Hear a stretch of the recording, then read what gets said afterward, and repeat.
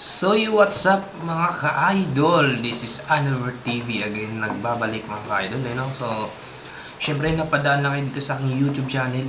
Baka naman mag-subscribe and i-click yung notification bell button mga ka-idol, and click yung all para ma-update pa kayo sa mga bago pang i-upload natin dito sa ating YouTube channel mga ka-idol. So, ang kwento nito mga ka-idol, ito yung Jordan era mga ka-idol. So, kumbaga inaangasan si Allen Iverson ni Michael Jordan. So nung bumawi naman ng crossover si Iverson versus Jordan, so nga pala ang nagpapauso ng crossover moves ay si Iverson mga ka-idol. So alam naman nating lahat na siya yung nagpapauso ng kanyang moves sa NBA mga ka-idol. So at ito yung video na kung paano niya binawian si Michael Jordan, kung paano inangasan. So para mas lalo nating maintindihan yung video mga ka-idol, panoorin natin yung video ni Box Score. So ang video nito ay galing kay Box Score. So subscribe natin mga ka-idol. So sabayan niyo kung panoorin yung video na galing kay Box Score mga ka-idol. So syempre, wag na natin itong papatagalin. Sabayan niyo ako at maghanap na ng pwesto para manood sa video na ito. So, let's go!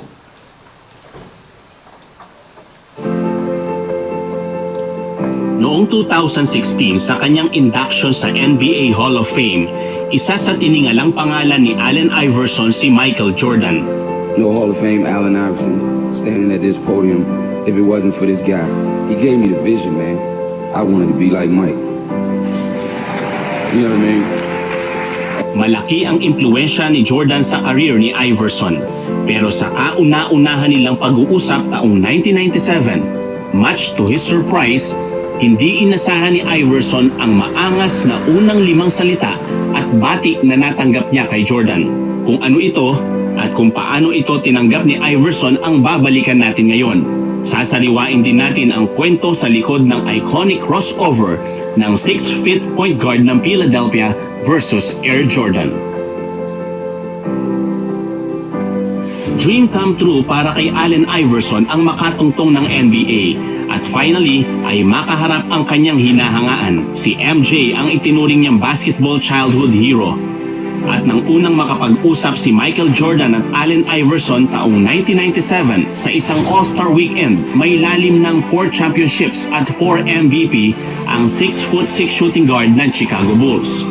Bagaman hindi ito ang unang pagkikita ni Allen at Michael, dahil 2 beses nang nagkalaban ang Philadelphia ni Iverson at Chicago ni Jordan kung saan parehong nanalo ang Chicago, hindi pa napagbigyan ng pagkakataon ng isang Jordan fan na si Iverson na makausap ang kanyang hinahangaan. Sa mga una nilang laban ay na-starstruck si Iverson kay Jordan.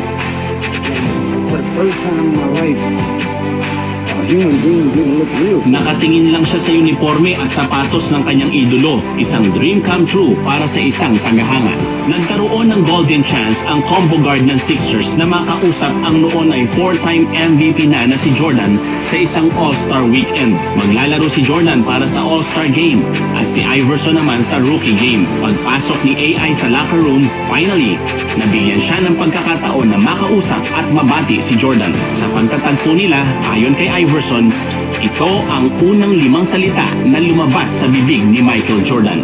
What's up, you little Na-caught off guard si Allen Iverson dahil hindi niya inasahan ang maangas na pagtratong iyon. Ang isang maaliwalas na pagbati at mainit na pagkikita ng isang fan at superstar ay hindi nangyari para kay Iverson. Kilala si Jordan na may tough love para sa kanyang mga teammates at hindi nakapagtataka na hindi nakaligtas ang rookie. So kumbaga yun yung angas na pinapakita ni Michael Jordan kay Iverson.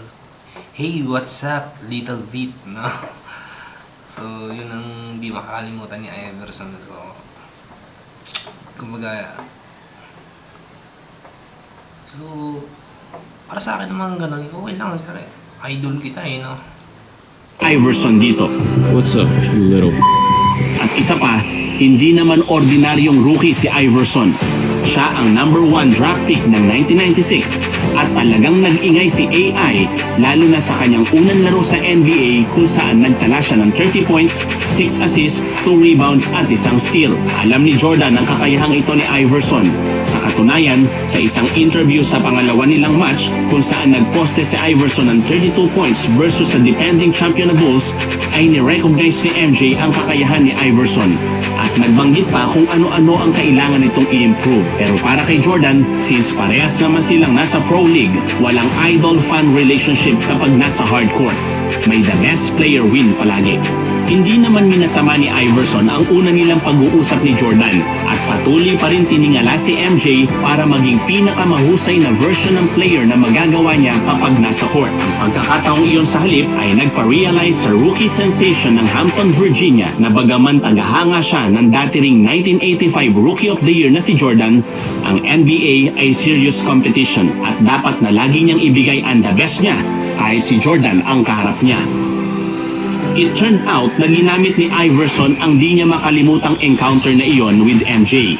Kaya itinanghal siyang MVP noong 1997 Rising Star Game. Sa kanyang unang taon, nagtala siya ng one of the most dominant rookie season with 23.5 points, 7.5 rebounds, 4.1 assists at 2.1 steals para maging Rookie of the Year. Nakagawa pa nga siya ng 5 magkakasunod na laro kung saan ay nag-average siya ng 43.6 points, 4.6 rebounds at 7.4 assists. At iyan ay isang NBA record para sa isang rookie. Pero ang isa sa mga pinaka-highlight ng kanyang rookie year at ng kanyang karir mismo ay ang ginawa niyang killer crossover kay Air Jordan.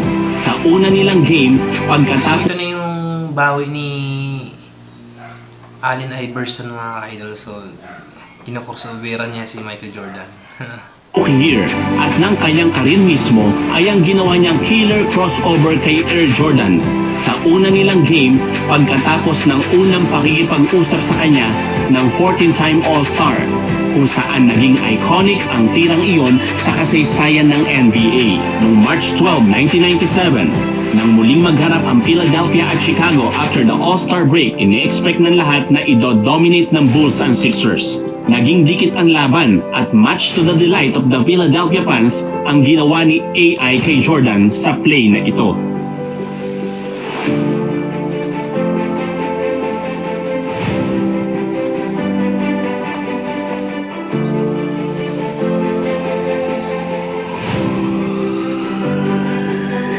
Part talaga ng arsenal ni Iverson ang kanyang killer crossover at isa siya sa talagang nagpasikat nito.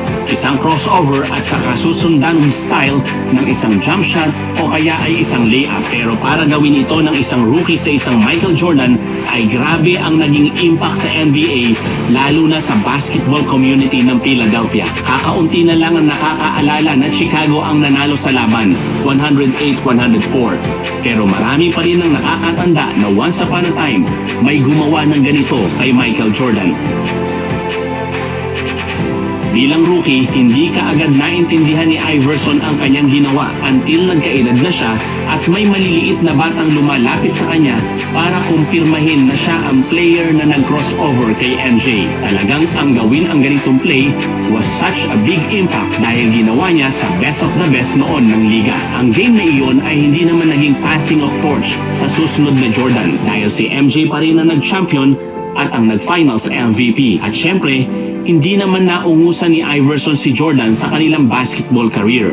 Pero sa play na iyon na ginawa ni AI, na-realize ng Philadelphia community na nakapag-drop sila ng superstar at bagay na bagay sa kanya ang moniker niyang The Answer dahil siya ang nagbigay ng sagot sa matamlay na basketball fanbase ng Philadelphia. Nang dumating si AI, nabuhay itong muli. Sa play na iyon, ipinanganak ang isang bituin at ang kanyang legacy ay nagsisimula pa lang. Ayon sa Crazy Stats, sa buong career ni Jordan sa Bulls, nakatapat na niya ang 983 na players at na-outscore ang 982 sa mga ito. Ang nag-iisa na naka-outscore sa kanya, si Allen Iverson. Sa 7 beses nilang paghaharap noong nasa Bulls si Jordan, nag-average si Allen Iverson ng 27.1 points. Si Jordan naman ay 24 points. Nadala ni Iverson ang Philadelphia sa championship noong 2001. Pagkatapos ng 17 taong pagkauhaw sa championship, nakuha rin niya ang regular season MVP ng taong iyon. Sa 14 na taong basketball career ni Iverson, nakapagsimento siya ng 11-time All-Star appearances, 2-time All-Star Game MVP, 7-time All-NBA team, 4 times scoring champion, at 3 times NBA steals leader, at naging member din ng 2004 USA team na nanalo ng bronze medal sa 2004 Olympics. At bagaman hindi naging ganong kaaliwalas ang unang pag-uusap ni Jordan at ni Allen Iverson at naging iconic ang killer crossover ni AI kay MJ, naging espesyal pa rin si Iverson sa puso ni Jordan. In fact, kaya natuloy ding maipalabas ang 10-part documentary na Last Dance ni Jordan ay dahil somehow kay Iverson. Nang malaman ni Jordan na ang magpo-produce ng kanyang documentary na si Mike Tollin ay siya rin producer ng 2014 documentary na Iverson, na wala ang pag-aalangan ni Jordan at finally ay pumayag na maipalabas publicly ang 1997-1998 season footages niya at ng Bulls. Dahil ayon kay Jordan, 3 beses niyang pinanood ng documentary ni AI, napaluha dito at napamahal sa maliit na taong minsan niyang naangasan sa una nilang pag-uusap. Mananatili nang nakarehistro ang iconic crossover ni Iverson kay Jordan na uulit-ulitin sa mga susunod pang panahon, kung paanong hindi na rin mabubura sa kasaysayan ang pangalang Michael Jordan at Allen Iverson bilang dalawa sa pinakamagagaling na NBA players na hindi malalagas sa mga tangkay ng panahon. Bilang panapos ay shoutout na rin sa mga supporters natin na unang So yun mga ka-idol, grabe yung, kumbaga, ang unang pagkita pa lang nila, unang pag-uusap, nag-aangas ka agad si Michael Jordan, pero hindi yun ibig sabihin na maangas talaga. Siyempre, superstar siya eh. So yun mga ka-idol, sana nagustuhan niyo yung video natin. Maraming salamat sa inyong pagpanood at mag-subscribe na din. Thank you.